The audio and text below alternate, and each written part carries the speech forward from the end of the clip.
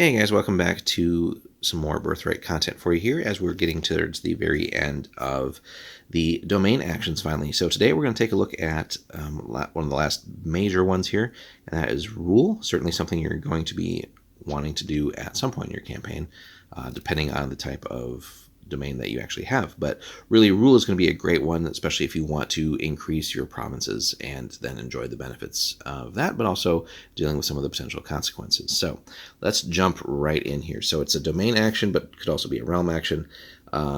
Success base is 10, and then at least a gold bar and a variable amount of regency points. So why you want to use this ability here is this action then lets you spend time and energy advancing the causes of your domain. By ruling, you can increase a province or holdings level by 1. And a province can be ruled only once per domain turn, so basically once every 3 months, right? But again, the key things there, generally the higher the domain level, or sorry, not the domain level, the province level, that will let you have essentially greater population, let you raise more armies in a given turn, but also will let you essentially generate more regency, and that's always a good thing, and then potentially more tax and other revenue and stuff like that. So holdings as well, pretty simple stuff, right? Obviously, higher levels of law lets you have more control if there's other people vying for that, but also just represents that much more civilization and development. And if you happen to be in charge of like a temple or a guild as well, then in general more revenue, right?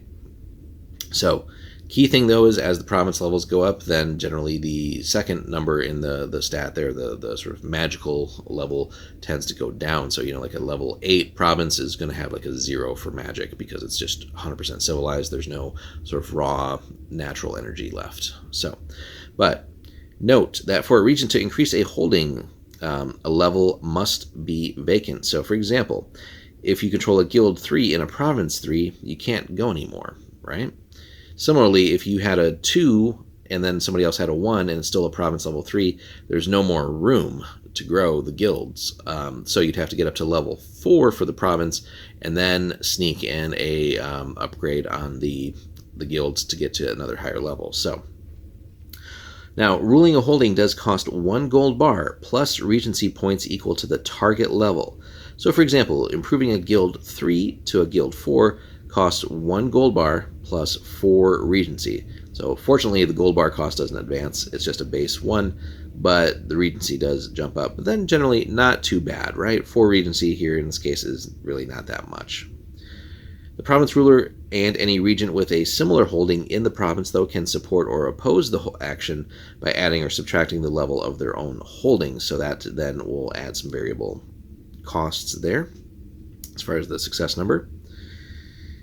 So then ruling a province here costs 1 gold bar and a regency point per target level. So for example, a province 3 to 4 costs 4 gold bars and 4 regency, right? So the province is obviously going to be much more expensive, well, because there's a lot more involved with it. It's a whole province versus just a single holding. Now, ruling a province or holding from level 0 to 1 costs 1 gold bar. There's no regency required to do that, right? It's a 0 is basically just the most simple basic of provinces, literally maybe just a handful of people in it, similar to holding for like let's say like a level 0 guild could be just like a little shack or something like that, or temple could just be even a little shrine as a level 0.